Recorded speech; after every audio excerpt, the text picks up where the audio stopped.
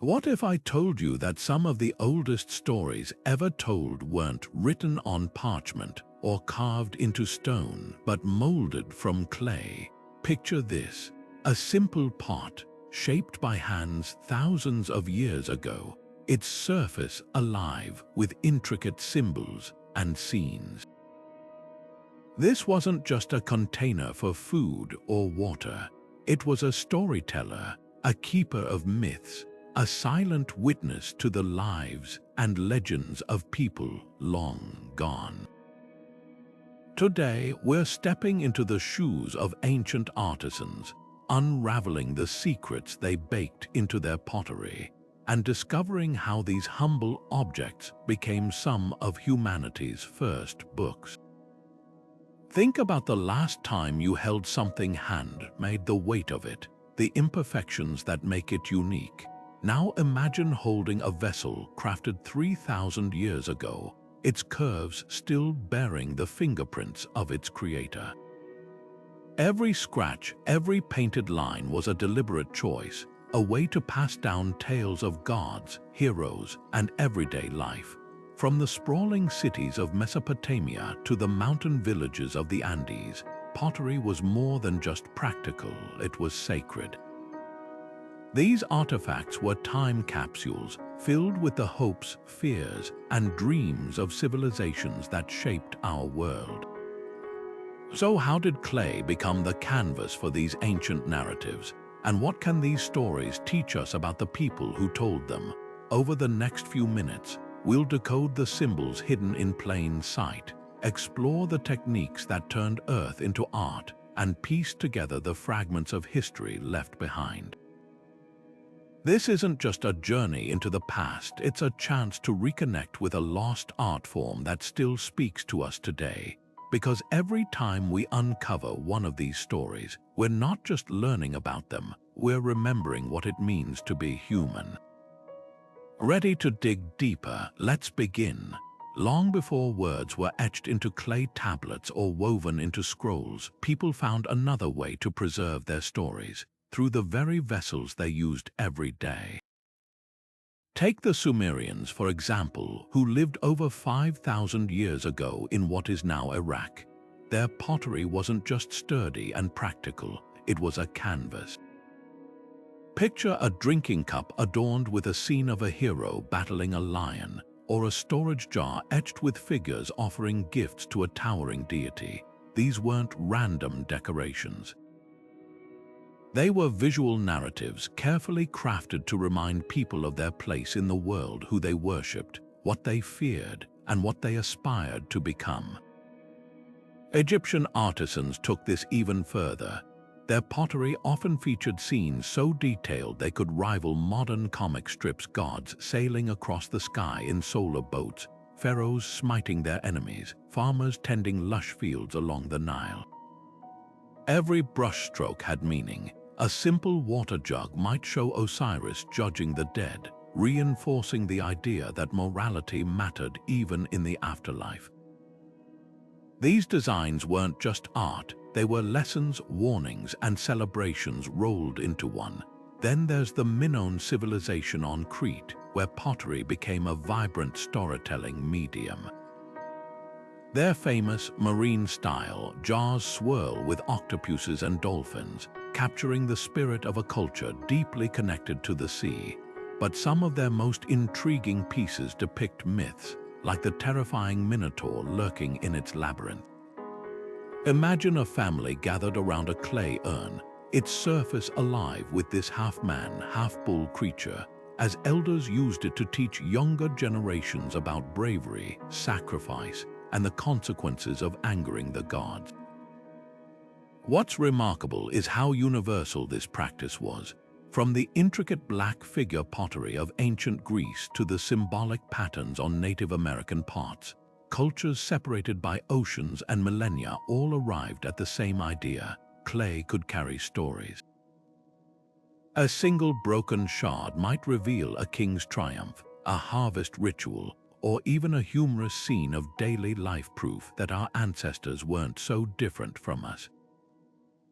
They just used different tools to say, "This is who we are," And here's the thing, these stories weren't locked away in temples or reserved for the elite. They were part of everyday life, a farmer drinking from a painted cup, a child staring at a decorated bowl. These images shaped how people saw their world. Unlike modern books which can feel distant or formal, ancient pottery made stories tactile, intimate. You didn't just hear a myth, you held it in your hands.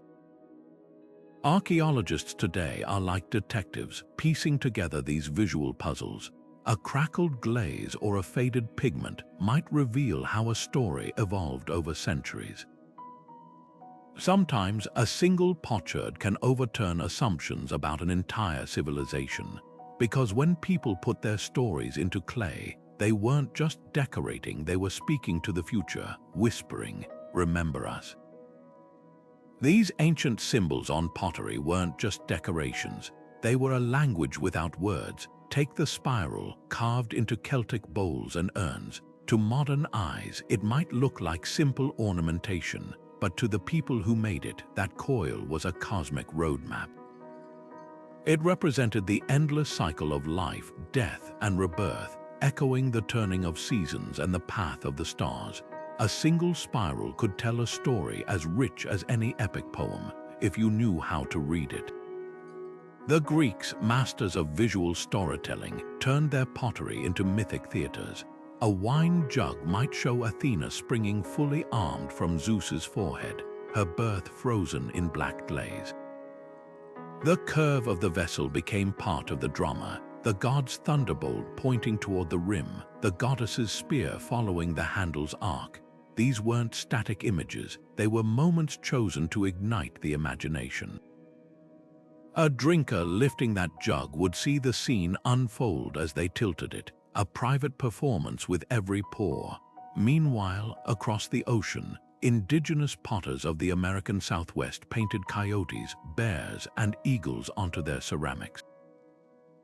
These animals weren't just artistic choices, they were clan symbols, family histories baked into clay. A water jar decorated with a horned serpent might belong to a healer, its design invoking protection and wisdom. The patterns weren't random either. Zigzags could mimic lightning or mountain peaks, connecting everyday objects to the forces of nature. What's fascinating is how these symbols traveled and transformed. The lotus motif, born in Egypt as a symbol of rebirth, floated along trade routes to India, where it became sacred in Buddhism. A Mesopotamian star pattern might reappear centuries later on a Viking amulet. These designs were more than art, they were ideas in motion, adapting to new cultures while keeping their core meaning intact. Decoding this visual language takes more than recognizing a god or animal. Context matters. A lion on a Hittite pot might symbolize royal power, but that same lion on a Minone fresco could represent nature's wildness. Even colors carried meaning. The deep red of Roman pottery often signaled luxury, while the bold black and white contrasts on Zuni ceramics held spiritual significance. Today, researchers use these clues like breadcrumbs, following them back to lost worldviews. Sometimes, a single recurring symbol like the Mesopotamian tree of life can reveal how different cultures shared beliefs across thousands of miles. Other times, a unique motif, like the Olmec word jaguar, hints at mysteries we're still unraveling. Every time we piece together another fragment of this ancient visual language, we're not just solving a puzzle, we're listening to voices that refused to be silenced by time. For ancient civilizations, pottery wasn't just a tool, it was a bridge between the earthly and the divine. Take the Egyptian canopic jars, each one a guardian of eternity. Crafted to hold the organs of the deceased, these jars weren't mere containers, they were vessels of transformation. The lids bore the faces of the four sons of Horus, Imseti, Hapi, Duamutef, and Quebesenuf, each protecting a specific organ and guiding the soul through the afterlife. Imagine the care with which these jars were placed in tombs, their painted eyes watching over the dead as they journeyed toward Osiris's judgment. Every curve of those jars whispered a promise. Death wasn't an end, but a passage. Halfway across the world, the Andean people shaped their own sacred stories into clay. Their ceremonial arabalos, vessels, often used in offerings to Pachamama, were adorned with scenes of abundance, corn sprouting from the earth, llamas laden with gifts, priests raising cups to the sky. These weren't just depictions of harvest rituals, they were acts of reciprocity. By pouring chicha, a sacred corn beer, from a vessel decorated with Pachamama's blessings, the people weren't just asking for a good harvest, they were reaffirming a covenant with the earth. The pottery itself became part of the ritual, its design serving as both prayer and proof of devotion. Even in death, pottery could breathe life into stories. The Moch of ancient Peru crafted stirrup spout bottles showing their gods in vivid detail, the fanged deity Ai Apik battling sea monsters, or the moon goddess weaving the tides. These bottles weren't buried with the dead by accident. They were guides, their imagery a map for the soul's journey. Pouring liquid from such a vessel wasn't just a physical act, it was an echo of cosmic balance, a reminder that every drop honored the gods. And then there's the Greek lakithos, a slender flask filled with oil for funerary rites. Painted with scenes of mourners or the afterlife, these flasks turned grief into art. A woman placing a lakithos on a grave wasn't just leaving an offering. She was leaving a story, one where the departed danced in the Elysian fields or shared a final embrace with loved ones. The pottery didn't just memorialize the dead, it comforted the living, assuring them that love outlasted even death. What's striking is how these ritual objects blurred the line between myth and reality. A shaman in the American Southwest might use a painted bowl to call rain, its zigzag pattern symbolizing lightning. In that moment, the bowl wasn't just a thing, it was a conduit, its designs alive with power. Similarly, a Celtic cauldron stamped with solar symbols didn't just hold food for feasts. It tied the community to the cycles of the sun, turning a meal into a ceremony. These sacred pots weren't passive, they were participants in the stories they carried. When a priest anointed a statue with oil from a decorated vessel, or a family poured libations from a jar etched with ancestral spirits, they weren't just using pottery, they were stepping into a myth. Every chip, every fingerprint left behind whispers the same truth. These objects weren't meant to sit on shelves. They were meant to be held, to be used, to keep the stories breathing long after the hands that made them turn to dust. The artistry behind ancient storytelling pottery wasn't just about what was painted, it was about how. Greek potters, for instance, mastered two revolutionary techniques that turned clay into canvases. Black figure pottery, born around the 7th century BCE, involved painting silhouetted figures in glossy black slip against the natural red clay. But the real magic happened in the kiln. By carefully controlling oxygen levels during firing, artisans locked these scenes into place, creating crisp contrasts that made heroes like Heracles leap from the surface. Then came red figure pottery, flipping the script literally. Artists left figures in the red clay while painting the background black, allowing for finer details like flowing drapery or the tension in a warrior's grip. These weren't just stylistic choices, they were narrative tools. A single vase might show a myth unfolding in panels, like a comic strip, with the curve of the vessel guiding the viewer's eye through the story. Meanwhile, in China, potters developed underglaze painting, a technique as delicate as it was durable. Cobalt blue pigments brushed onto porcelain before glazing could survive the searing heat of the kiln, emerging with scenes of dragons, peonies, or entire villages. Unlike surface paints that might fade, these stories were sealed beneath glass-like glaze, ensuring they'd outlast dynasties. A Ming-era jar might depict the legend of the 8 immortals, their robes forever mid-swirl as they crossed the ocean, their tales preserved as clearly as the day the brush last touched the clay. The Maya took a different approach, carving glyphs and figures directly into their ceramics with razor-sharp precision. A single drinking cup could bear historical records, the rise of a king, the alignment of planets, even recipes for sacred chocolate. These weren't mere decorations, they were documents. The raised ridges of carved glyphs caught the light differently as the vessel turned, making the story legible from every angle. Some pots were even signed by their artists, a rare glimpse of individual voices in the ancient world. But perhaps the most profound technique was the kiln itself. Many cultures saw firing as a ritual. Japanese Jomon potters believed the flames infused clay with spirit, turning coiled pots into vessels that held memories as well as grain. In West Africa, Yoruba potters still speak of the kiln as a womb, where raw earth is reborn as storytelling art. The cracks and imperfections from uneven heating weren't flaws. They were proof of the fire's transformative power, a visual echo of the story's resilience. From the precise brushstrokes of Athenian workshops to the symbolic carvings of Capon, these techniques reveal something universal. Storytelling wasn't an afterthought. It was woven into every step, from the kneading of clay to the final firing. When we hold these pieces today, we're not just seeing art, we're touching the patience, faith, and ingenuity of people who refuse to let their stories fade.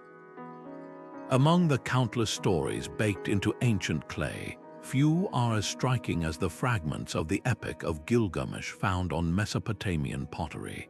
These aren't just broken pieces of ceramic, they're pages from humanity's oldest surviving epic, preserved in a medium as durable as the tale itself.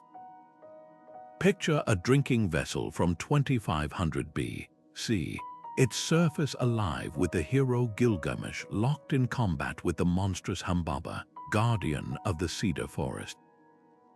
The artist didn't just sketch a scene, they captured the story's heartbeat, the tension in Gilgamesh's muscles, the snarling face of the beast, the swirling lines suggesting the chaos of battle. This wasn't decoration, it was literature for the masses, a way for people who couldn't read cuneiform to still know the legend. What makes these pottery fragments so remarkable is how they democratized storytelling. While scribes wrote the full epic on clay tablets for the elite, potters distilled its essence into visuals anyone could understand. A farmer filling his jar at the river would see Enkidu wrestling lions and grasp the theme of civilization versus wilderness. A merchant trading oil from a painted amphora might recognize Gilgamesh's futile search for immortality and ponder life's fleeting nature. These weren't passive images, they sparked conversations, keeping the epic alive in homes and marketplaces far beyond palace walls. The survival of these fragments is nothing short of miraculous. Papyrus crumbles, parchment decays, but fired clay endures. When the library of Ashurbanipal burned, its Gilgamesh tablets cracked under the heat, yet pottery shards from the same period survived intact, their stories still legible. Some show Utnapishtim's flood, a scene eerily similar to Noah's Ark, proving how myths traveled through time and across cultures. Others depict the scorpion people guarding the mountain pass, their segmented tails curling around the curve of a bowl as if guarding the rim of the world itself. Equally fascinating is what these depictions reveal about the epic's evolution. Earlier pottery shows Gilgamesh as a ruthless king, his exploits glorified without critique. But later pieces, especially those from Babylon, introduce more introspection, scenes of Gilgamesh weeping over Enkidu's body or staring at the serpent that stole his chance at eternal youth. The pottery becomes a mirror, reflecting how society's view of heroism shifted from brute strength to wisdom gained through loss. Today, these fragments serve as both art and historical record. A single shard might settle scholarly debates about which versions of the epic were most popular in certain regions. The way Humbaba's face changes from terrifying to almost pitiable across different pottery styles hints at how audiences began sympathizing with the monster. Even the cracks tell a story. Some jars were clearly repaired with bitumen, evidence that people cherished these story-bearing vessels enough to mend them. In the end, these clay fragments did more than preserve a story. They turned myth into something tangible, something you could pass from hand to hand like a shared secret. When we piece them together, we're not just reconstructing pottery, we're reassembling the earliest book club, one where everyone, literate or not, had a seat at the table. When we think of ancient storytellers, names like Homer or Virgil might come to mind, but some of history's most intimate narratives weren't penned by poets. They were pressed between the palms of women whose names we'll never know. Take the moch potters of Peru, who shaped vessels showing mothers cradling newborns, midwives assisting deliveries, and grandmothers teaching girls to weave. These weren't just scenes of daily life. They were declarations. In a culture where written records glorified warriors and rulers, these clay storytellers preserved the quiet revolutions, the pain, joy, and solidarity of women's experiences. A single jar might show a healer offering herbs to a laboring woman, her hands steady despite the writhing figure beside her. The details are so precise, the twist of a braid, the stretch of a back in labor, that you can almost hear the whispers of encouragement passed down through generations. Half a world away, German women in Japan were crafting figurines that told a different kind of family story. Their clay dolls, shaped like pregnant women or cradling infants, weren't toys. They were talismans buried near homes as prayers for fertility and protection. Some show children clinging to their mothers' backs, frozen in mid-laughter. Others capture elders teaching toddlers to mold clay, passing the storytelling tradition itself to the next generation. What's striking is the intimacy. While male artisans often depicted gods and kings, these women immortalized the moments that truly shaped communities. A mother's embrace, shared meals, hands worn from grinding grain. Even in cultures where women's roles were strictly defined, pottery became their voice. Ancient Greek women, barred from public life, painted their stories onto household objects. A water jug might show Helen not as the cause of war, but as a weary woman unraveling her loom, a subtle commentary on how men's battles upended women's lives. In Anatolia, Hittite potters pressed fingerprints around jar rims like signatures, leaving traces of their presence long after their names faded. These artifacts force us to reconsider what qualifies as important history. The grand epics chronicle wars and treaties, but a moch pot showing a woman teaching a child to spin yarn holds its own power. It speaks of knowledge passed outside formal schools, of resilience woven into the fabric of daily survival. Unlike temple carvings meant to intimidate, these pieces invite you to lean closer.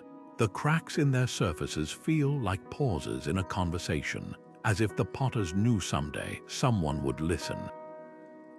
Perhaps that's their greatest lesson. These women didn't need scrolls or monuments to make their stories last. They took the humblest material, earth mixed with water, and turned it into something that would outlive empires. Every time we piece together one of these vessels, we're not just restoring an artifact, we're answering an invitation sent across millennia, one that says, this too is history. A Phoenician merchant ship, heavy with amphorae of olive oil, creaks into a Greek harbor. As sailors unload the cargo, locals gather, not just for the goods but for the stories. Each jar bears scenes of Baal battling the sea, their curved surfaces turning trade into theater. This wasn't mere commerce, it was cultural exchange in clay. Phoenician traders understood something profound. pottery could carry more than wine. It could transport entire myths. Their distinctive red-slipped jugs, stamped with sphinxes or sailing ships, became passports for tales, introducing Levantine legends to places where the alphabet hadn't yet taken root. Roman amphorae took this further, turning storage jars into history books. Stamped handles might announce not just the vineyard's name, but the merchant's journey, from the slopes of Vesuvius to the docks of Alexandria, via the storm that nearly claimed us. These weren't crude labels, they were micro-stories of risk and resilience. A single stamp could spark conversations across empires. You drank from this. Tell me about this Mount Vesuvius. Do its grapes truly taste of fire? Then there's the Silk Road, where pottery became a silent diplomat. A Persian potter, inspired by a Chinese celadon vase traded along the route, might blend its jade-green glaze with local arabesques, creating something entirely new. The dragon coiled around the rim kept its celestial meaning but now breathed Persian verse. Even broken shards tell this story. Chinese porcelain fragments found in Kenyan villages, their once vibrant cobalt blues faded by sea winds but still whispering of distant kilns. What's astonishing is how these objects adapted without losing their essence. A Greek crater depicting Dionysus might travel to Etruria, where local artists copied the god's revelry but added their own twist, maybe a serpent at his feet, symbolizing the underworld. The story morphed yet remained recognizable, like a game of telephone played across generations. These traded pots did more than influence art, they reshaped worldviews. Scandinavian burial sites have yielded Roman drinking cups adorned with Bacchic orgies, scenes utterly foreign to Viking culture. Yet there they lie beside Norse warriors, suggesting someone found meaning in those chaotic vines. Perhaps the cups became symbols of Valhalla's feasts, their Mediterranean origins forgotten but their storytelling power intact. Today, archaeologists trace these connections like detectives following a trail of ceramic breadcrumbs. A single pottery style, say the black-on-orange geometric patterns of the ancestral Pueblones, might appear suddenly in Mississippi Valley sites, hinting at trade routes we never knew existed. The designs aren't just decoration, they're proof that ideas flowed as freely as goods, carried by hands that understood clay's unique ability to outlast empires. Think about that next time you unpack a souvenir from a trip.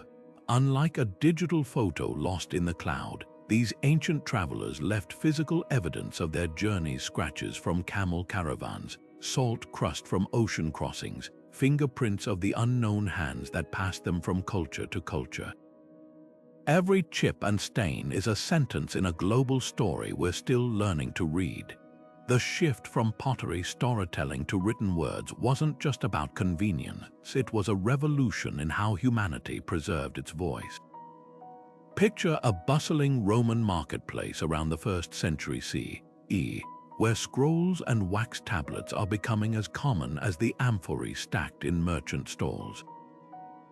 For centuries, those clay jars had carried myths alongside olive oil, their painted scenes sparking conversations in every port. But now, a new technology offered something pottery couldn't: portability. A single parchment could hold an entire epic, folded neatly into a traveler's satchel. No longer did stories require the weight of clay or the fragility of painted glaze. Words once trapped in three-dimensional forms now flowed freely across pages, unshackled from the kiln's fire. Yet this transition wasn't universal. In the Andes, quippus knotted cords recorded numbers and narratives, while pottery remained a vibrant storyteller. The Moch continued crafting stirrup spout bottles, showing their gods centuries after Rome fell. Similarly, in Japan, Jarman pottery's rope-patterned surfaces still whispered of ancient rituals long after brushstrokes filled silk scrolls. What's fascinating is how these traditions clung to clay not out of ignorance, but because it served a purpose words couldn't. A Navajo storyteller might point to a water jar painted with spider woman's web, explaining how the design itself held power, something a written description could never replicate. Mass production accelerated pottery's storytelling decline. When Roman factories began churning out plain terra sigillata bowls by the thousands, the intricate scenes of earlier eras vanished beneath standardized stamps. Why spend days painting Hercules' labors when a simple maker's mark would do? Yet even here, stories found cracks to survive. Mexican Talavera potters, blending indigenous and Spanish techniques, kept weaving tales into their ceramic, sun gods morphing into Catholic saints, conquests and rebellions hidden in floral patterns. Each piece became a palimpsest, layers of history baked into glaze. Perhaps the most poignant twist is how pottery's durability, once its greatest strength, became a quiet rebellion against time. While medieval manuscripts molded in damp castles, Sumerian beer jugs still bore Gilgamesh's adventures intact. Today, archaeologists sifting through marketplace rubble find more legible stories on broken potsherds than in disintegrated scrolls. Those silent clay fragments, once outshone by parchment's glamour, now speak louder than the words that replaced them. The real lesson isn't that pottery storytelling faded, it's that it adapted. From Portuguese azulejos tiling churches with biblical scenes to contemporary artists like Grayson Perry using ceramics to critique modern life, clay never fully surrendered its voice. It simply waited for us to remember that some stories aren't meant to be read. They're meant to be held, turned in the light, and felt beneath the fingers, a language older than alphabets written in earth and fire. In studios from Cornwall to Kyoto, a quiet revolution is unfolding. Artists are reaching back through time to reclaim pottery's ancient role as storyteller. Take Grayson Perry's towering vases, their surfaces crowded with satirical cartoons tackling Brexit, gender, and class. At first glance, they might seem worlds apart from Minone jars depicting bull-leaping rituals. But look closer, both use curvature to guide the eye, both layer symbols like a visual language, both demand that the viewer turn the piece to follow the narrative. Perry's work proves something profound. Clay hasn't lost its ability to spark conversation. His Rosetta vase, etched with modern anxieties in comic book style, does exactly what ancient potters did, holds up a mirror to society, flaws and all. Meanwhile, in New Mexico's Acoma Pueblo, potters like Susan Falwell are reinventing ancestral techniques for contemporary storytelling. Her clay vessels, painted with scenes of drones hovering over desert landscapes or COVID-19 vaccines administered in tribal clinics, carry forward a tradition that began 1,000 years ago. The geometric patterns of her ancestors still frame these modern tales, creating a bridge between generations.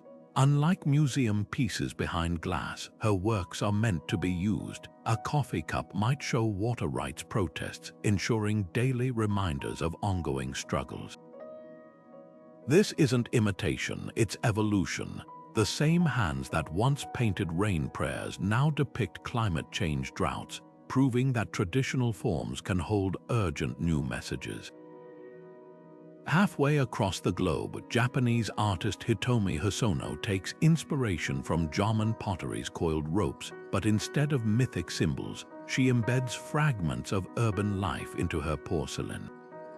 A vase might spiral with subway maps or interwoven text messages, turning ancient techniques into commentaries on digital age isolation.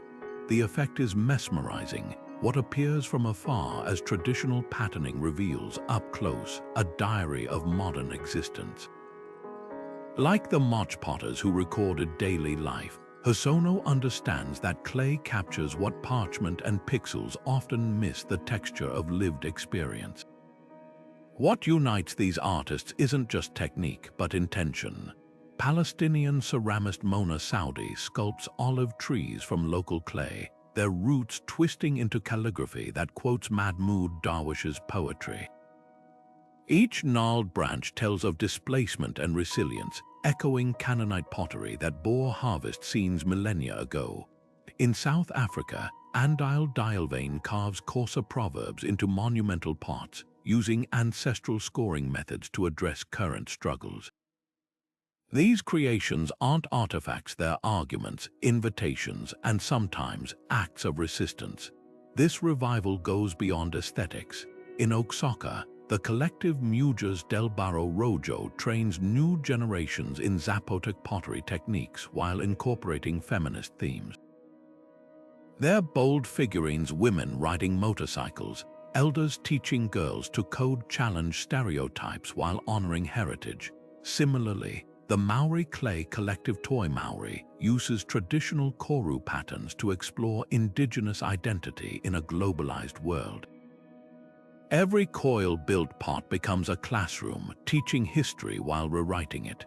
The magic lies in clay's democracy. Unlike bronze or marble, once reserved for elites, pottery remains accessible just as it was when Sumerian farmers shaped cups toasting Gilgamesh's adventures. Today, community workshops from Detroit to Delhi empower people to imprint their stories onto clay, proving that this ancient medium still speaks in 1,000 contemporary dialects. From a hand-painted Ukrainian vase documenting war survival to a California artist series on wildfire recovery, these modern story pots do more than decorate shelves.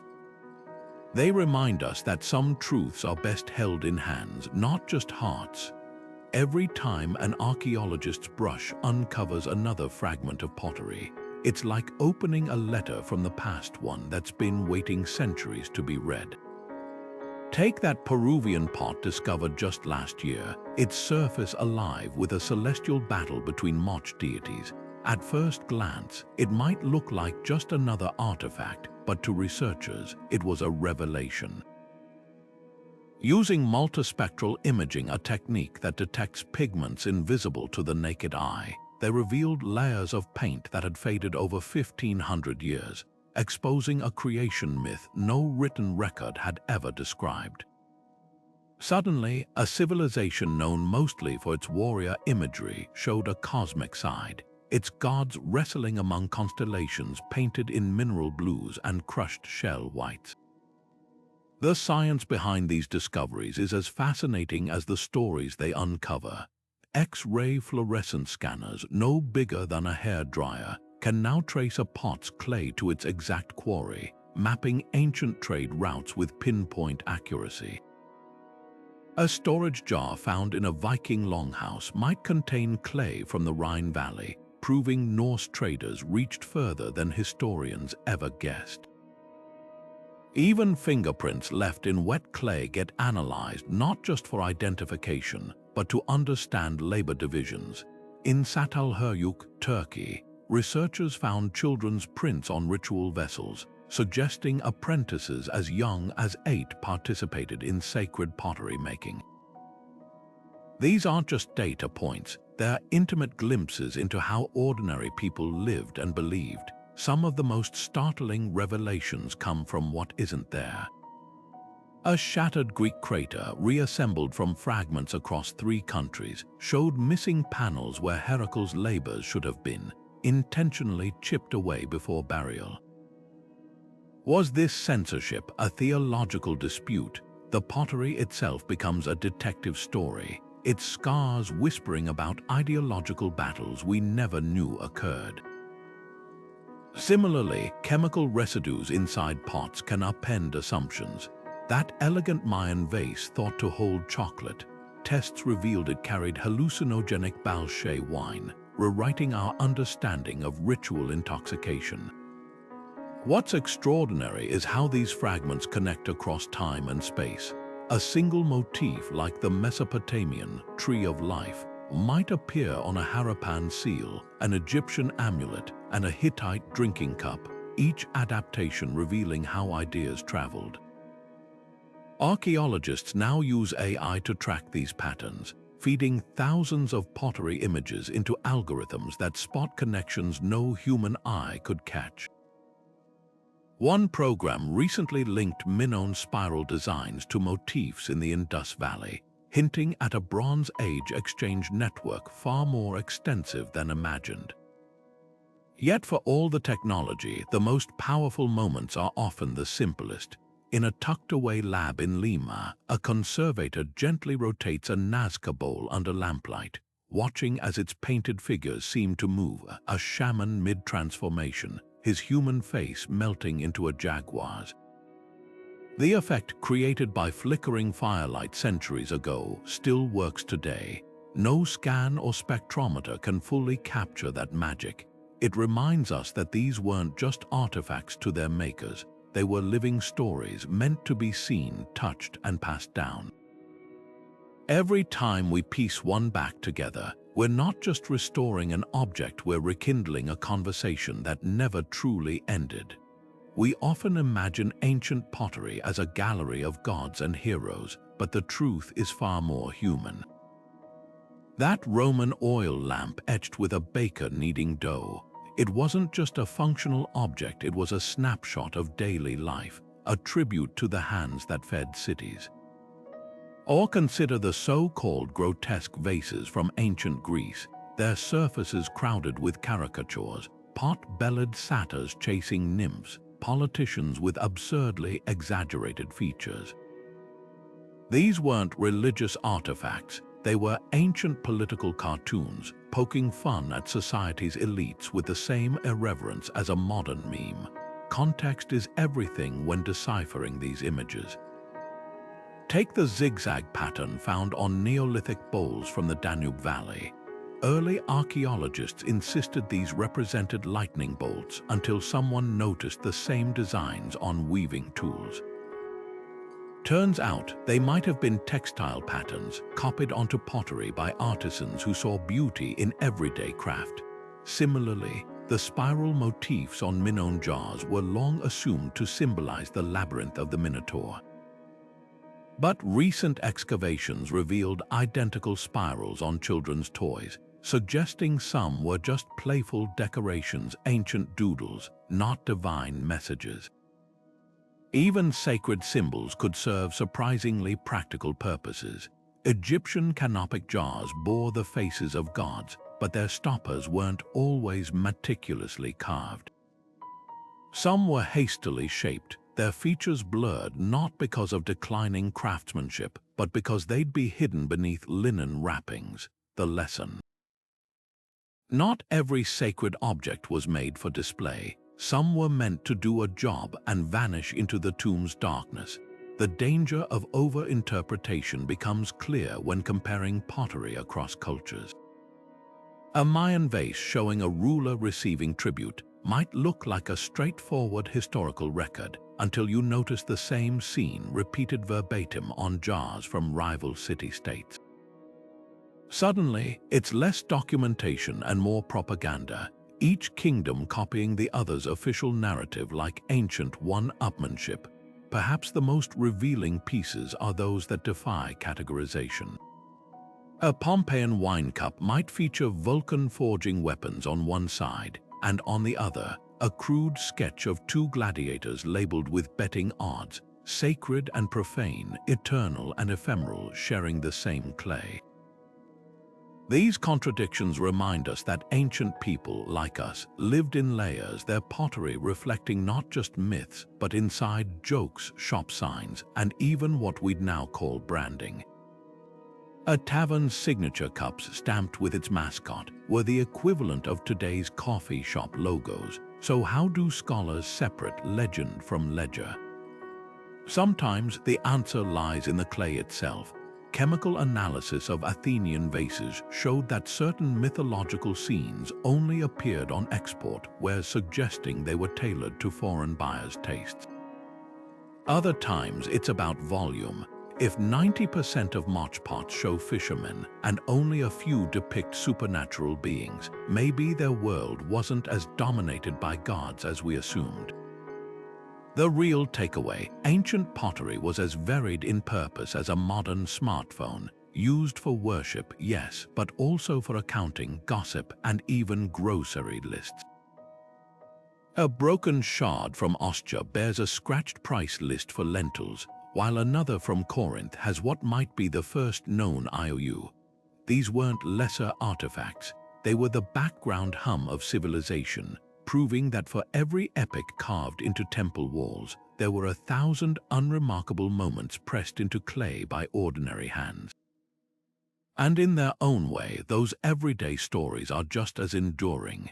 Ancient potters didn't just tell stories, they turned their audience into active participants.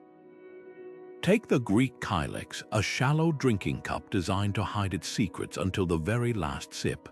Painted on its curved interior, a scene of Dionysus reveling with satyrs might appear fragmented when the cup was full, the god's face split by the wine's surface. But as the drinker tilted the vessel, the liquid would pool to one side, suddenly revealing the entire composition in a single, dramatic moment. It was storytelling as theater, where every gesture, raising the cup, pausing to admire, became part of the performance. Some cups even played tricks with perspective, like one showing a warrior's spear pointing harmlessly upward until rotated, when it suddenly appeared to thrust toward the drinker's eye. These weren't just decorations, they were ancient optical illusions designed to startle, amuse, and make myths feel startlingly alive. Chinese artisans took interactivity even further with their so-called magic mirrors.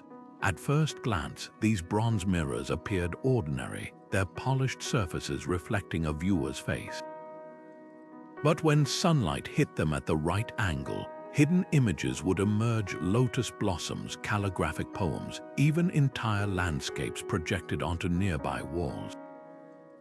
Scholars still debate exactly how these worked, but the effect was undeniable, a moment of revelation, as if the mirror itself had decided when to share its story. Some suspect artisans etched nearly invisible patterns into the metal, their subtle ridges catching light in precise ways. Others believed the secret lay in the casting process, where uneven cooling created microscopic variations in thickness.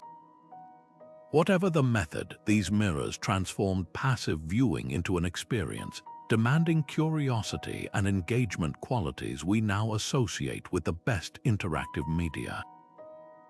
But perhaps the most ingenious examples come from the March of Peru, who crafted stirrup spout bottles with hidden acoustics. Certain vessels, when tipped to pour, would whistle, a sound produced by air rushing through carefully designed internal chambers. Imagine serving chicha at a feast and having the jaguar god bottle emit a low growl as liquid flowed. Recent studies suggest some bottles even mimicked animal calls or rainfall, turning ordinary rituals into multisensory storytelling. One famous example depicts a prisoner awaiting sacrifice. When inverted, the spout's design makes it seem as though the figure is weeping.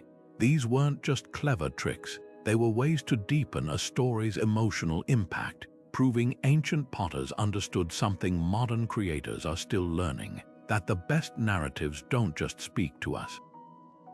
They speak with us. Even the humble act of holding a pot could be part of the tale. Navajo storytellers often passed around painted water jars during ceremonies, each person rotating the vessel to follow the story's progression. The designs only made sense when viewed in sequence, like pages in a book turned by hand. Similarly, Greek lekythoi flasks for funeral oil featured scenes that unfolded as mourners poured, the liquid's descent mirroring the soul's journey to the underworld. These pots didn't just contain stories, they choreographed how those stories were experienced, guiding touch, movement, and even the pacing of revelation. What unites these examples is a profound understanding of human psychology. Long before gamification became a buzzword, ancient artisans were crafting experiences that rewarded attention. A Roman oil lamp might hide a tiny erotic scene beneath its handle, visible only when lifted, a playful nod to the private thoughts flickering in the shadows. Celtic cauldrons bore intricate enameled patterns that seemed to shift in firelight, their spirals appearing to pulse like living things. These weren't passive artworks, they were conversations in clay and metal, invitations to lean closer, turn the object, and discover what lay beneath the surface. Today's interactive media, from video games to augmented reality, might seem light years ahead, but the core principle remains the same. The most powerful stories are those we help unfold. When you tilt your phone to reveal a hidden augmented reality filter, you're not so different from an Athenian drinker marveling as Heracles emerges from the curve of a wine cup. The technology changes, but the human desire to play, explore, and uncover secrets, that's baked into us as deeply as the fingerprints left on a match vessel 2,000 years ago.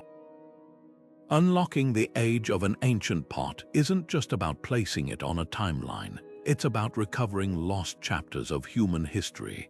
Radiocarbon dating, a technique developed in the mid-20th century, revolutionized archaeology by analyzing organic materials mixed into clay like straw or chaff. A single grain embedded in a Mesopotamian jar's walls can reveal not just when the pot was fired, but whether it was made during a drought or a bountiful harvest year. Take the iconic black figure vases of ancient Greece. For decades, scholars debated their chronology until carbon dating of workshop debris in Athens proved some were crafted during the Persian Wars, their scenes of gods battling giants mirroring the Greeks' own struggle against invasion. Suddenly, these weren't just artworks, they were wartime propaganda, their heroic imagery boosting morale in uncertain times. Thermoluminescence, another game-changing method, measures the light released when clay was last heated. Unlike radiocarbon dating, it works even on inorganic materials, making it perfect for terracotta figurines or glazed ceramics. In 2019, this technique settled a century-old debate about the Virgil jug, a medieval vessel long believed to depict the Roman poet. Thermoluminescence proved it was fired around 1380 CE, centuries after Virgil's era, but the real surprise came when scholars matched its kiln signature to workshops in Valencia. The jug wasn't a relic of antiquity, it was a Renaissance-era homage, showing how Virgil's literary legacy lived on through pottery long after his death. Style analysis adds another layer to this detective work. Consider those vibrant Minone dolphin motifs from Crete, early examples from 1600 BCE, show lifelike marine creatures leaping across jars, their curves echoing the island's seafaring culture. But by 1450 BCE, after volcanic eruptions and invasions, the dolphins become geometric, mere wavy lines with dots for eyes. This shift wasn't just artistic preference, it reflects a society under stress, simplifying symbols as resources dwindled. Similarly, the gradual stiffening of Egyptian tomb pottery figures after the Amarna period signals a return to religious conservatism, their once fluid poses frozen in rigid conformity. Pompeii offers the most striking example of pottery as a historical snapshot. In the shadow of Vesuvius, archaeologists found a bakery's worth of loaves still sealed in their clay ovens, their carbonized surfaces preserving the exact day, August 24, 79 CE. When disaster struck, but it's the graffiti-scratched wine amphorae that tell fuller stories. One bears a taunting election slogan, "Vote for Bruttius, he throws great parties." Another, a merchant's complaint about sour grapes. These aren't just artifacts, they're voices from the edge of oblivion, their mundane details making the tragedy feel heartbreakingly real. What's emerging from labs today goes beyond dating. Neutron activation analysis can trace a pot's clay to specific riverbanks, mapping trade routes invisible to written records. A shard found in Viking York might chemically match clay from the Rhine, proving Norse traders ventured farther inland than previously thought. Meanwhile, 3D modeling reveals how Mesopotamian cylinder seals were pressed into clay, the angle and pressure of each impression hinting at whether the potter was rushed, left-handed, or perhaps an apprentice learning the craft. These scientific tools don't just age pottery, they animate it. A humble cooking pot from Çatalhöyük, dated to 5600 BCE, might bear microscopic starch residues showing its last meal einkorn wheat and bitter vetch, a glimpse of Neolithic diets. Another from Teotihuacan could contain traces of psychoactive compounds suggesting ritual use. Suddenly, these silent objects speak, not just of when they were made, but how they were used, who held them, and what they meant to those who relied on them. The timeline we're building isn't just about chronology. It's about connection, how a Phoenician trader's wine jug links to a Greek symposium cup through shared motifs, or how Song dynasty Celadon techniques resurfaced in Persian pottery centuries later. Every dated piece is a crossroads, showing how ideas flowed across borders and eras. And with each discovery, we're reminded that the stories in clay were never meant to be static. They were always evolving, just waiting for us to learn how to listen. Beneath the muted browns and grays of ancient pottery fragments lies a hidden spectrum, colors that once dazzled with the brilliance of lapis lazuli, cinnabar, and malachite. Modern technology is peeling back the veil of time, revealing how these vessels originally looked in their full chromatic splendor. One of the most astonishing breakthroughs came with the discovery of Egyptian blue, a pigment so vibrant it was reserved for depictions of gods and pharaohs. Under ultraviolet light, even pots that appear plain to the naked eye suddenly glow with intricate scenes, lotus blossoms shimmering along a Nile pilgrimage, or the falcon-headed Horus spreading his wings across a jar's curved surface. This isn't just about aesthetics, it's about recovering lost layers of meaning. To the ancient Egyptians, blue wasn't merely a color, it symbolized the heavens, the divine, and the eternal cycle of rebirth.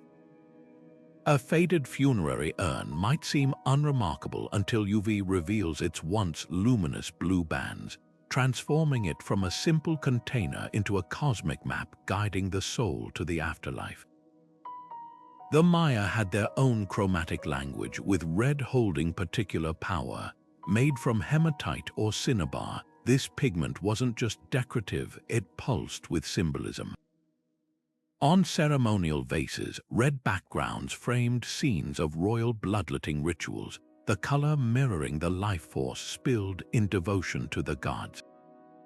Over centuries, exposure to light and moisture leached these hues into faint shadows. But with hyperspectral imaging, conservators can now detect trace elements of iron oxide or mercury sulfide, digitally resurrecting the original vibrancy. A vase depicting the maize god's resurrection, once thought to be monochrome, now blooms with crimson and gold, its narrative suddenly legible again.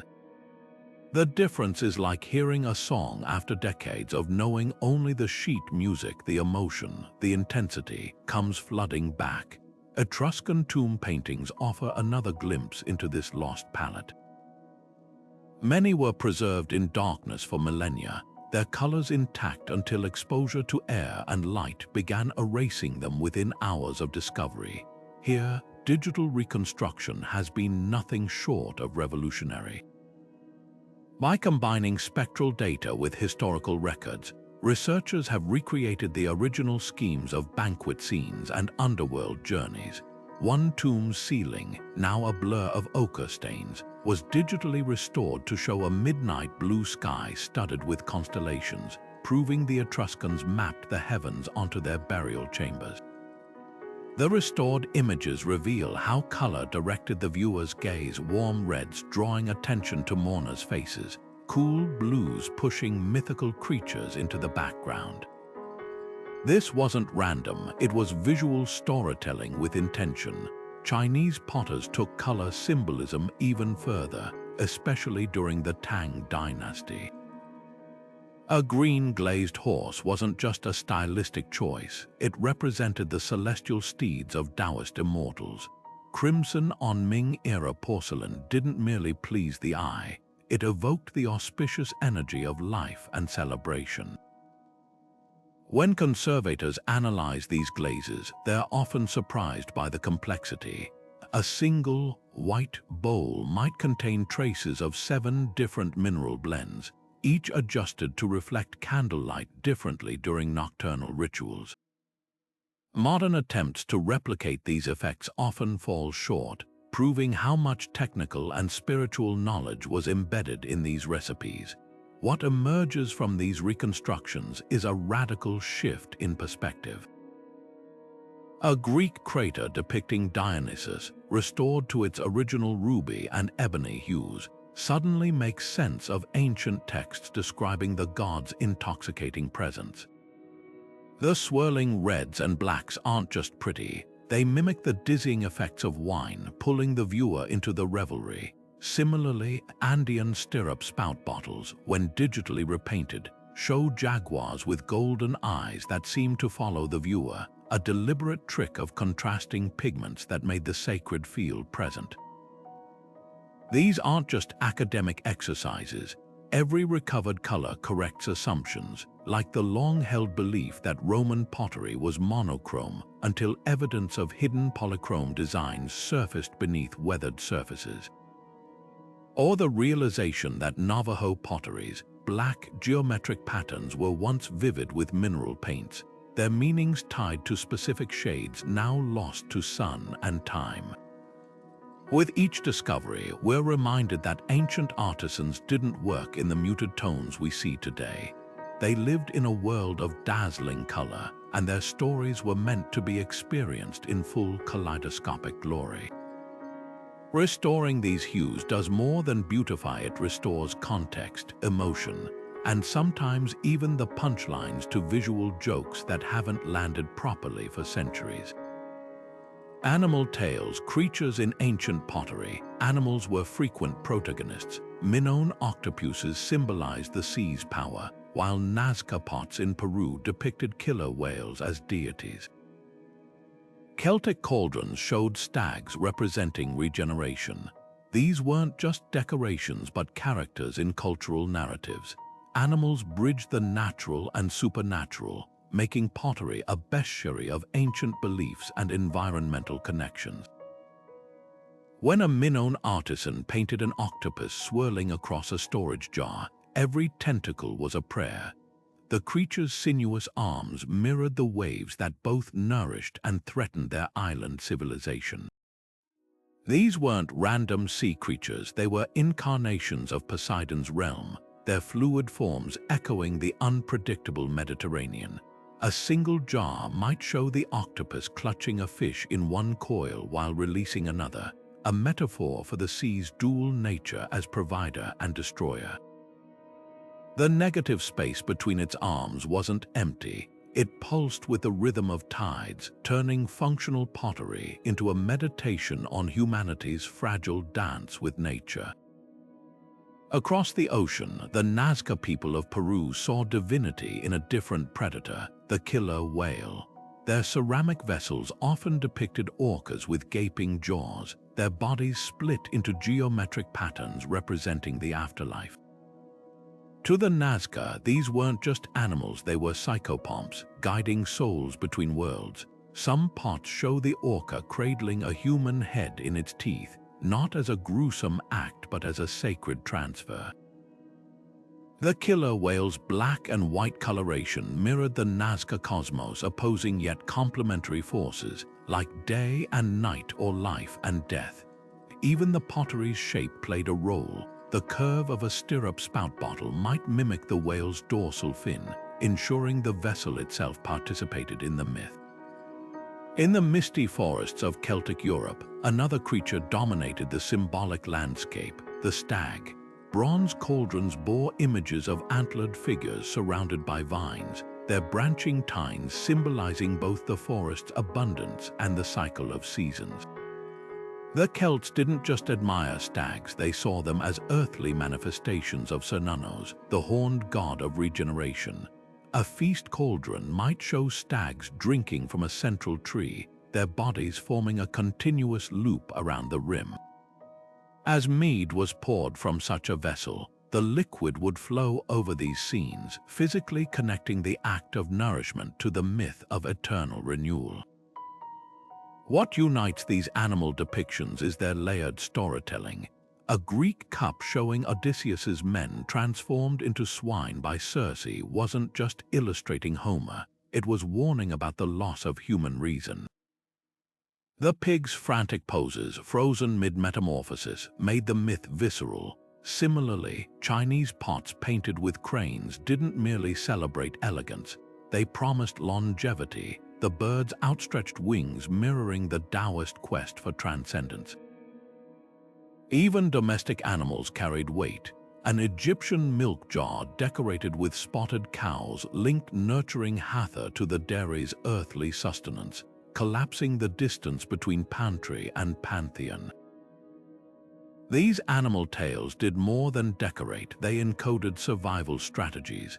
Inuit snow goggles carved with seal motifs weren't just artistic, they taught observation. The subtle angle of the seal's whiskers on a pot might indicate ice thickness, turning art into Arctic wayfinding. Likewise, Hopi water jars painted with tadpoles weren't whimsy. They marked the arrival of monsoon rains, their wriggling forms a hydrological almanac. The deeper we look, the clearer it becomes. Ancient potters didn't depict animals because they were pretty. They chose creatures that held the keys to their world's mysteries, the octopus's fluid intelligence, the orca's mastery of thresholds, the stag's perennial return. Every painted feather, scaled fin, or coiled tentacle was a dialogue with forces beyond human control. When we study these pots today, we're not just cataloging artistic preferences. We're deciphering a forgotten language, one where the boundaries between beast and deity, utility and devotion, were as permeable as wet clay on a potter's wheel. When an Assyrian king commissioned bricks depicting his army sacking a city, every chiseled detail served a purpose: the towering siege engines, the cowering enemies, even the precise folds of his royal robes. These weren't mere decorations, they were calculated displays of dominance, fired into clay so they'd outlast parchment and paint. Spread across empire outposts, these relief bricks turned ordinary walls into propaganda machines, broadcasting invincibility to subjects and rivals alike. A farmer fetching water near a fortress wouldn't just see baked earth, he'd confront an indelible message: resistance is futile. The Inca took a subtler but equally effective approach with their arrobalos jars. These distinctive vessels, stamped with geometric imperial motifs, circulated through conquered territories like branded merchandise, their uniform designs chevrons representing the Sapa Inca's authority, step patterns symbolizing the state's structure, were constant reminders of who ruled. But the genius lay in their distribution. Filled with chicha beer during festivals, these jars literally poured imperial ideology into communal celebrations. As villagers drank from vessels emblazoned with Cusco's symbols, the state's presence seeped into their rituals, turning resistance into reverence. Athenian potters wielded clay for democracy during the Persian Wars. While the Acropolis smoldered, workshops produced red figure vases showing Greeks, not gods, triumphing over barbarians. One famous kylix depicts a hoplite driving his spear into a Persian soldier, the scene encircling the cup so drinkers saw it from every angle. These weren't just battle souvenirs, they were visual arguments for unity against tyranny. In symposia where politics mingled with wine, these vessels stoked civic pride, their painted heroes looking suspiciously like ordinary citizens. The message was clear: democracy's strength lay in every man's willingness to defend it. Even the humblest pottery could carry weighty agendas. Roman oil lamps stamped with the emperor's profile turned domestic lighting into loyalty tests. Imagine lighting your home with Caesar's face flickering in the shadows. Mayan dynasts went further, commissioning drinking cups that showed rivals groveling at their feet. One Tikal vase portrays a captured king bound in ropes, his humiliation preserved for eternity in polished clay. What makes these objects so effective is their dual nature. Unlike stone monuments fixed in palaces, pottery traveled to markets, homes, battlefields. A shattered Assyrian brick might become a child's toy, its violent imagery normalized through play. An Inca jar repurposed for grain still bore its original symbols, quietly reinforcing order long after the beer was gone. These weren't just messages, they were mental architecture, shaping how people saw their world long after the kilns cooled. Today, we recognize these tactics: branded merchandise, viral imagery, curated narratives. The mediums have changed, but the game remains the same. When you unpack the layers of an ancient propaganda pot, you're not just studying history, you're holding a mirror to the present, where power still wears many disguises, some as deceptively simple as clay. Some of the most tantalizing mysteries in archaeology aren't found in grand temples or golden tombs. They're etched onto the shoulders of broken pots or pressed into clay tablets no bigger than a palm. Take the Vinca symbols discovered on Neolithic pottery across the Balkans. These strange markings, loops, crosses, and zigzags appear on vessels over 7,000 years old, clustered near ancient hearths and grain stores. At first glance, they might look like simple potter's marks or decorative flourishes, but their repetition across hundreds of miles suggests something more. Could these be the earliest attempts at writing in Europe, predating even Sumerian cuneiform? Or were they ritual symbols meant to protect stored food or bless a household? Without a Rosetta Stone to unlock their meaning, every theory remains just that, a theory. Some researchers point to similar symbols in later cultures as evidence of a lost writing system, while others argue they're purely symbolic, like the maker's stamps on modern China. The truth might lie somewhere in between, not quite writing, but more than doodles, a bridge between art and language that we're still learning to cross. Then there's Rongo Rongo, the cryptic glyphs carved into wooden tablets and pottery fragments on Easter Island. Unlike the island's famous Moai statues, these intricate symbols, birdmen, fronds, and crescent shapes, resist all attempts at translation. What's fascinating is how they mirror other undeciphered scripts. The strokes curve and loop with the same deliberate rhythm as in Indus Valley seals or Cretan linear A, as if the human hand naturally gravitates toward certain forms when trying to pin down meaning. But here's the twist: Rongo Rongo might not be ancient at all. Oral histories suggest the script emerged after European contact, possibly inspired by the sudden appearance of outsiders writing in books. If true, it's a poignant reminder of how quickly cultures can innovate under pressure, creating entirely new ways to record their stories before time runs out. No discussion of unreadable scripts would be complete without the Indus Valley symbols, stamped onto thousands of ceramic seals and pottery shards across modern-day Pakistan and India. These tiny, precise marks, unicorn-like creatures, stick-figure humans, and abstract signs have taunted linguists for decades. The script's brevity is part of the problem. Most inscriptions are just 4 or 5 characters long, shorter than most tweets, leaving little context for patterns to emerge. Some argue it's a true writing system, pointing to statistical analysis showing signs of syntax. Others counter that it's a non-linguistic code, like medieval merchant marks or modern barcodes. The debate grows thornier when you consider the seal's uses. Many bear pegs on the back, suggesting they were pressed into clay or wax, perhaps as property tags, ritual amulets, or even early trade contracts. until someone unearthed a bilingual inscription or a significantly longer text. These symbols remain a locked door to an entire civilization's thoughts.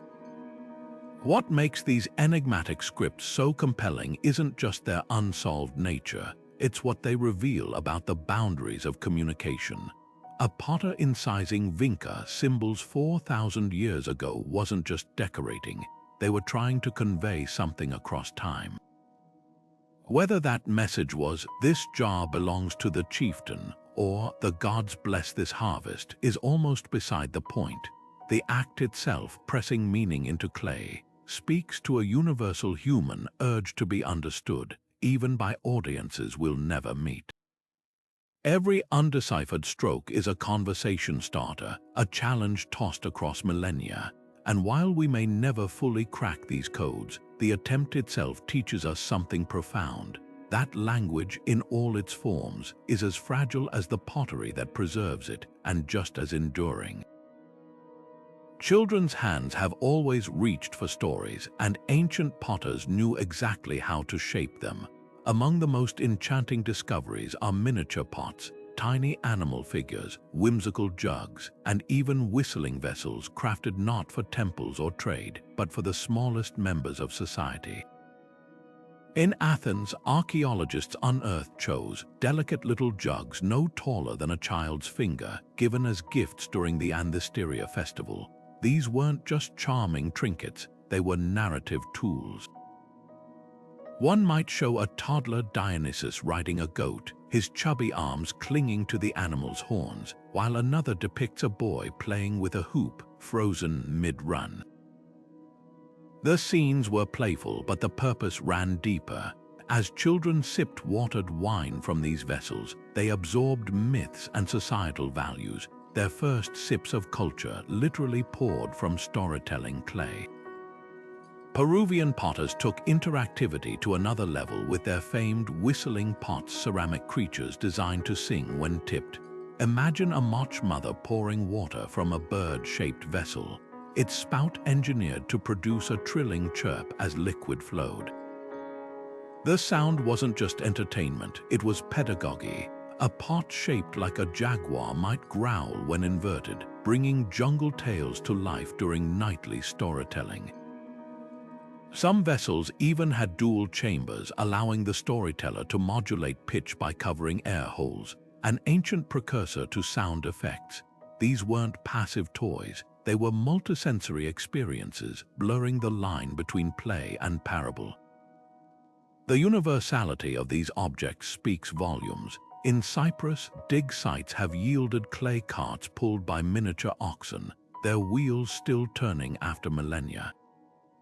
Japanese Jomon culture left behind doll-like figurines with exaggerated eyes, possibly used to teach animist beliefs. Even the Romans had their version terracotta rattles filled with pebbles, found in nurseries from Britannia to Syria. What's striking is how these artifacts mirror modern parenting tools. A Greek cho with alphabet scenes operates on the same principle as today's educational sippy cups, proving that the impulse to combine utility and learning transcends time. But perhaps the most poignant examples come from the Indus Valley, where tiny pottery animals, some so small they fit in a toddler's palm, bear teeth marks along their edges. These weren't just toys, they were teething aids, their smooth curves soothing gums while introducing children to the creatures that shared their world. A clay bull might symbolize strength, a fish abundance, each chewable figurine imprinting cultural symbols as literally as it dented growing teeth. These miniature masterpieces reveal a truth often overlooked. Ancient children weren't just passive recipients of culture. They were active participants, their imaginations fired by clay as much as by spoken word. When a Nazca child arranged pottery llamas into a caravan, or an Etruscan girl cradled a doll with movable limbs, they weren't just playing, they were rehearsing their roles in stories that would outlive them.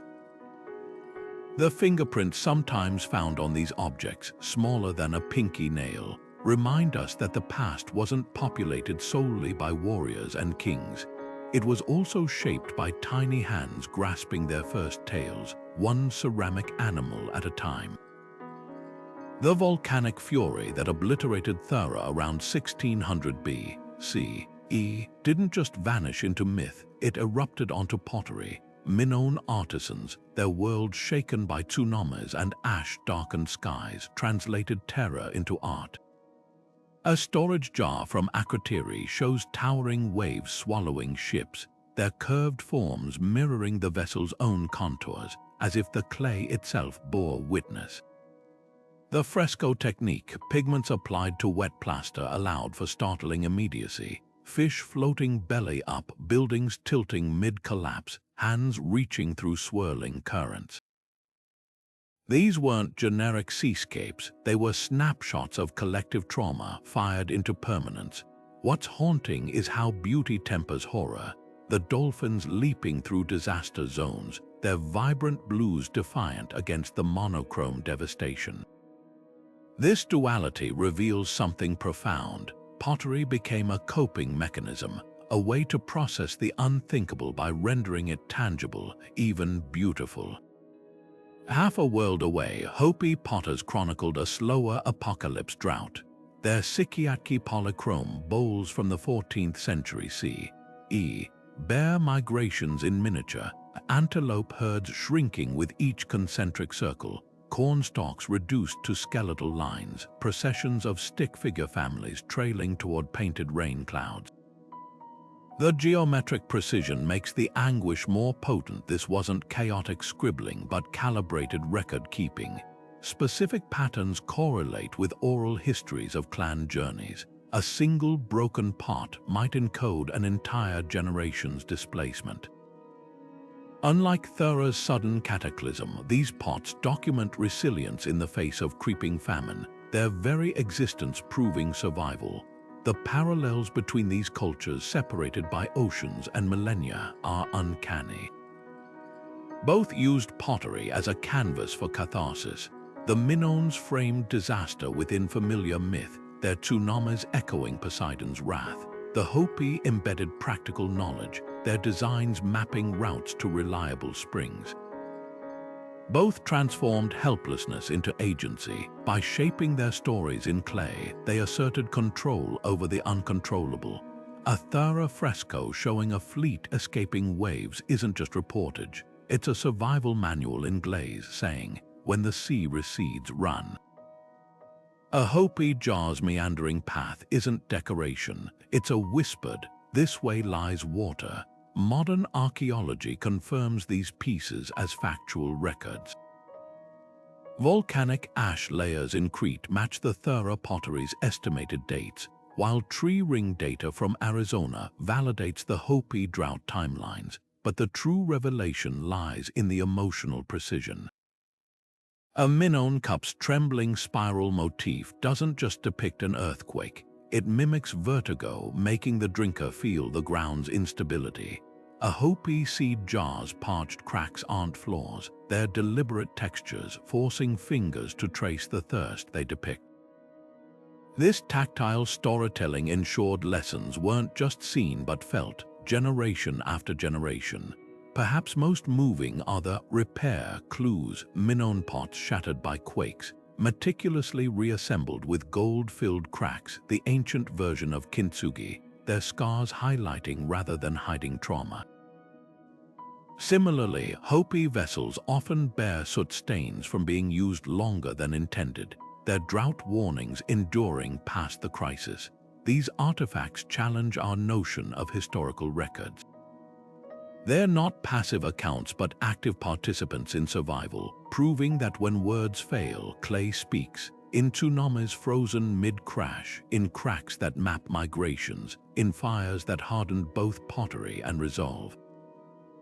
Forgotten fingerprints pressed into wet clay speak louder than royal decrees. These accidental signatures, some so small they could only belong to a child learning at a master's side, tell a story no monument ever could. In a dimly lit workshop in ancient Corinth, a potter's thumb might slip while smoothing the rim of a crater, leaving behind a wall as unique as a signature. Centuries later, that same ridge pattern emerges under an archaeologist's magnifying glass, not on a legal document, but on a vessel meant for mixing wine and water. These aren't flaws in the craftsmanship, they're quiet rebellions against anonymity, proof that real people shaped history one coiled pot at a time. Korean ongi masters understood clay's capacity to hold memory in its very fibers. As they worked their massive fermentation jars, some taller than the potters themselves, they didn't labor in silence. Specific folk songs, passed down through generations, dictated the rhythm of the wheel. The melody's tempo matched the ideal speed for raising the walls of a kimchi pot, each verse acting as a living timer. A particular vibrato in the voice signaled when to apply more pressure, creating the distinctive undulating curves that distinguish ongi from other stoneware. This wasn't just music, it was encoded knowledge, a way to standardize craftsmanship without written manuals. The songs survived because the pots demanded them. The right pitch ensured the right porosity for perfect fermentation.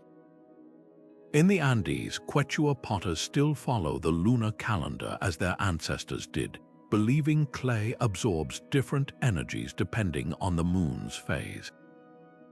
A pot begun during the waxing moon might be reserved for ceremonial use, while one shaped under a full moon could be considered especially strong. These beliefs weren't mere superstition. They created natural production cycles that allowed clay to rest and prevented overworking. The potter's hands moved in harmony with celestial rhythms, their creations literally molded by forces beyond human control. Some of the most poignant evidence of these forgotten artisans comes from their mistakes. A misfired Athenian vase warped in the kiln might bear a frustrated graffito scratched into its side. Nicias was here, as if the potter needed to assert his presence despite the botched work. In Teotihuacan, archaeologists found a cache of shattered figurines near a kiln site, all bearing the same uneven application of slip. These weren't ritual breakages, they were a teacher's discarded lessons, the remains of an apprentice's first fumbling attempts. The very existence of these failures proves how much skill went into the masterpieces. They're the shadow images of perfection, showing the years of trial and error behind every flawless vessel. What's remarkable is how these subtle traces form a global tapestry of shared experience. From the coil-built pots of the American Southwest, where women passed techniques mother to daughter through whispered songs, to the Tang Dynasty workshops where master potters kept their glaze formulas in cryptic poetry, the same truth emerges: clay was never just material. It was a living archive of human ingenuity, its plasticity preserving not just myths and legends, but the calluses, rhythms, and quiet rebellions of those who shaped it. When we hold an ancient pot today, we're not just touching an artifact, we're brushing against hands that laughed, sang, and pressed their stories into the very earth beneath them. Digital technology is breathing new life into ancient pottery, transforming fragile fragments into interactive stories. Imagine holding your phone over a shattered Minone cup in a museum. With augmented reality, the cracks disappear as the vessel reassembles before your eyes, its painted dolphins leaping across the restored surface. This isn't science fiction. Institutions like the British Museum now use AR to layer digital reconstructions over damaged artifacts, letting viewers spin a virtual Greek crater with their fingertips, examining battle scenes from angles no physical handling could allow. The magic lies in photogrammetry, where hundreds of high-res images stitch together into precise 3D models, capturing every brushstroke and chip with micron accuracy. But the real revolution is happening behind the scenes. Projects like the Pottery app harness the power of crowdsourcing to solve archaeological jigsaw puzzles. A volunteer in Tokyo might match a piece of Inca pottery from a dig site in Peru to its long-lost base, sitting in a Berlin museum's storage. Connections that once took scholars decades now happen in weeks. The algorithm doesn't just compare shapes, it analyzes clay composition, glaze patterns, and even microscopic tool marks, turning global databases into a collective memory. When a UCLA team recently reconstructed a Mayan vase shattered across 3 countries, they proved how technology can heal fractures not just in clay, but in our fragmented understanding of history. The most astonishing breakthroughs come from virtual unwrapping, delicate vessels too brittle to open, like Egyptian ceremonial jars sealed for millennia, and now reveal their secrets through CT scanning. Software originally designed for medical imaging peels back layers like an onion, exposing hidden inscriptions or even remnants of long evaporated contents. A seemingly plain Roman oil lamp scanned at Stanford revealed intricate erotic scenes beneath centuries of grime, their pigments preserved in the digital realm after fading from the physical object. Similarly, multispectral imaging resurrects vanished paintings on Andean pottery, pulling faded dyes back into visibility through wavelengths invisible to the naked eye. What's extraordinary is how these tools democratize access. A child in Nairobi can rotate a virtual Moch portrait pot on her tablet, while scholars in Oslo collaborate in real time to annotate a shared 3D model of a Phoenician amphora. Interactive kiosks in museums now let visitors paint their own designs onto digital replicas using ancient techniques, dipping a stylus into virtual mineral pigments or scoring lines with simulated bone tools.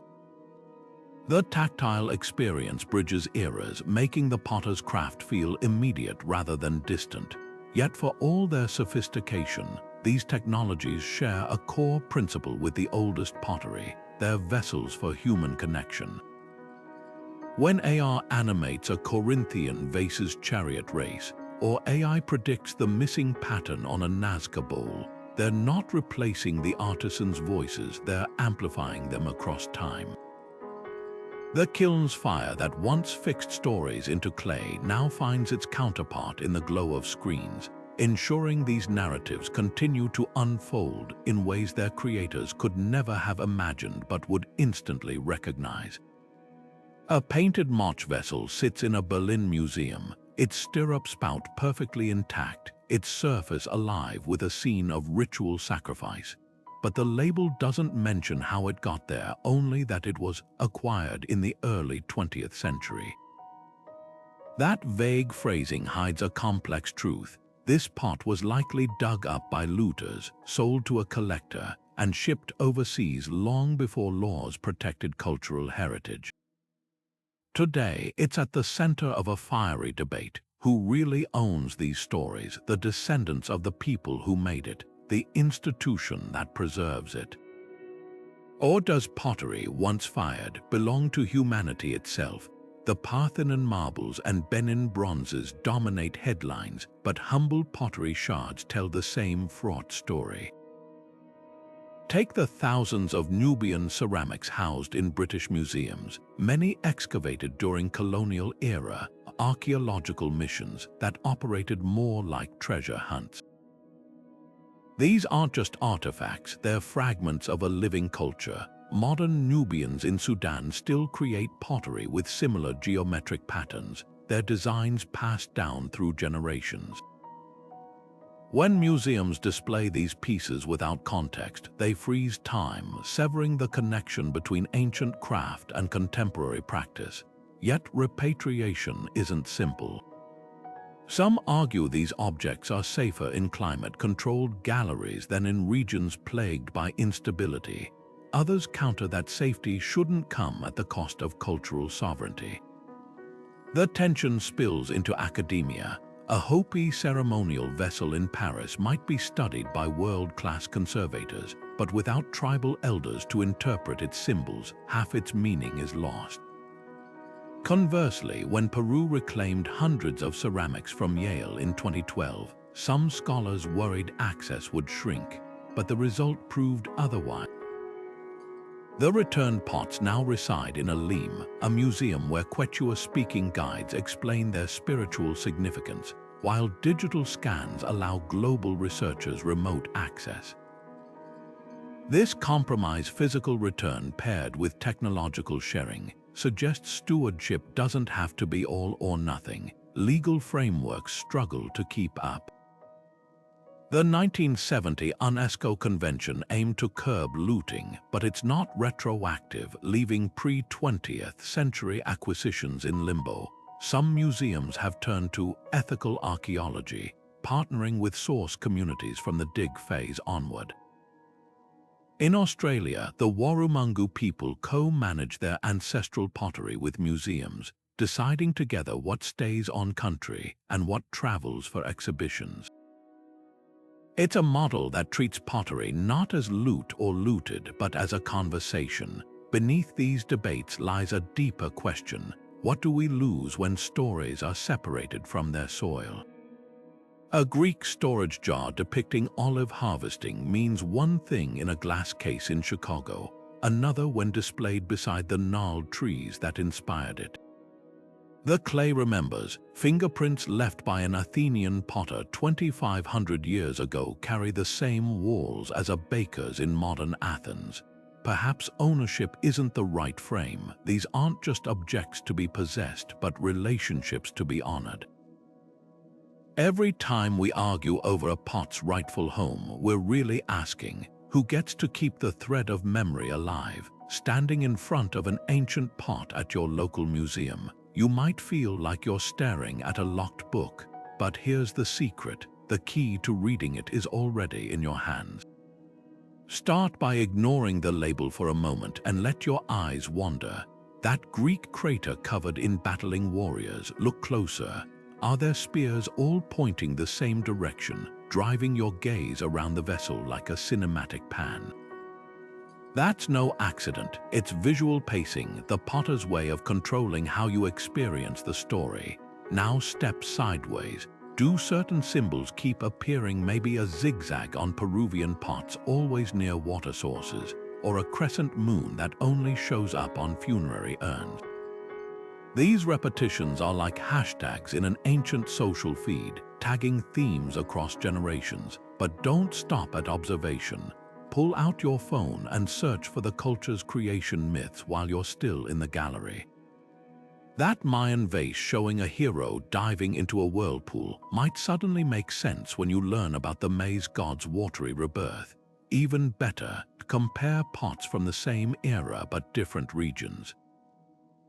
Notice how Athenian vases depict Athena with serene grace, while her portrayals on Etruscan imports get wilder, her aegis flaring like a punk rock accessory. These regional tweaks reveal how stories morphed across borders, like memes adapting to new audiences. The real fun begins when you realize this language isn't extinct. Visit a contemporary ceramic studio and you'll spot the same storytelling DNA. A Mexican alebrije isn't just a colorful fantasy creature. Its antlers might twist into ancestral spirits. Its wings bear patterns from the maker's hometown. Japanese raku bowls with their crackled glazes don't just celebrate imperfection. They whisper about wabi-sabi philosophy through every intentional flaw.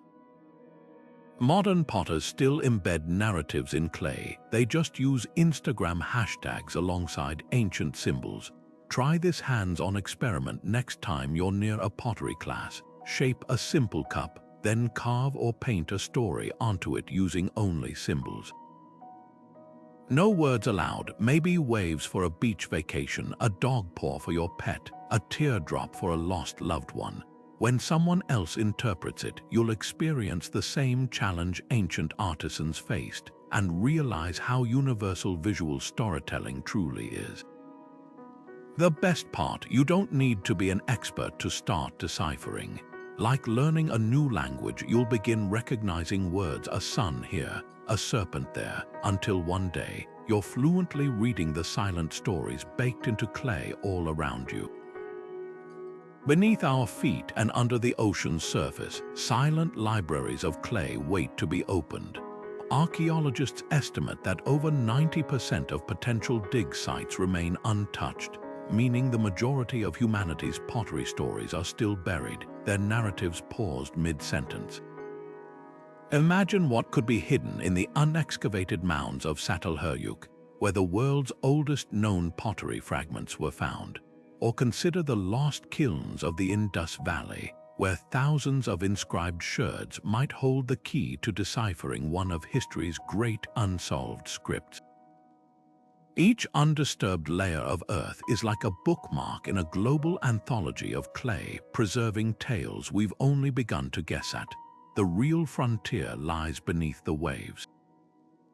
Ancient trade routes like the Mediterranean's Amphora Alley are littered with shipwrecks whose cargo holds could be time capsules of storytelling pottery. In 2021, robotic submarines discovered a Roman wreck off Greece with stacks of jars, still sealed, their contents and decorations protected from light and air for 2,000 years. These sunken troves offer something rare on land, snapshots frozen at the moment of transit, where Greek myths painted on wine jugs sailed alongside Egyptian canopic jars, their stories mingling in the hull like passengers on a cultural voyage. Technology is about to revolutionize how we reassemble these fragmented narratives. Machine learning algorithms trained on thousands of pottery images can now predict missing patterns with eerie accuracy, like the AI that reconstructed a shattered Minone fresco by analyzing brushstroke patterns across surviving fragments. Soon, we might input a single Mayan potsherd and generate its complete design, including scenes scholars never knew existed. 3D printing takes this further, allowing conservators to test theories physically. A replica of a Viking cup with conjectural runes can be held, turned, and evaluated. Does the inscription flow naturally around the handle? Does the story's pacing match the vessel's curves? But the most exciting discoveries may come from unexpected places. Permafrost thawing in Siberia is exposing ceramic shards from nomadic cultures previously known only through second-hand accounts. Urban archaeology in modern cities like London and Istanbul routinely unearths medieval kilns beneath subway tunnels, their misfired wasters offering glimpses of stories that didn't meet quality control. Even space technology plays a role. Satellites with ground-penetrating radar recently located a lost Nabatean pottery workshop in Jordan by detecting clay deposits invisible to the naked eye. What keeps archaeologists awake at night isn't just what they'll find, but how they'll interpret it. A single intact pot from a previously unknown culture could rewrite our understanding of ancient trade or religion. Imagine uncovering a complete set of Inca storytelling vessels, their sequence unbroken, revealing how narratives changed across an empire's reach, or a Shang dynasty ceramic comic strip where the story progresses across multiple linked vessels, waiting to be arranged in the correct order. The greatest gift these future discoveries may offer is perspective. For every famous epic like Gilgamesh carved into clay tablets, there were countless everyday stories pressed into humbler vessels. A Parthian merchant's joke scrawled on a wine jar, a child's fingerprint preserved in a doll's clay head, a Carthaginian cookpot stained with meals that crossed cultural lines. These aren't footnotes to history, they're its intimate diary entries waiting for the right technology, the right dig, the right pair of hands to lift them back into the light. One thing is certain, the kilns of antiquity fired their stories far harder than we ever realized. As new generations of scholars wield tools our ancestors couldn't have imagined, we're not just recovering lost artifacts, we're keeping promises made in clay, ensuring that voices silenced for millennia get to finish their sentences. The next chapter in pottery's story hasn't been written yet, But somewhere beneath the drifting sands or the shifting tides, the clay is still listening.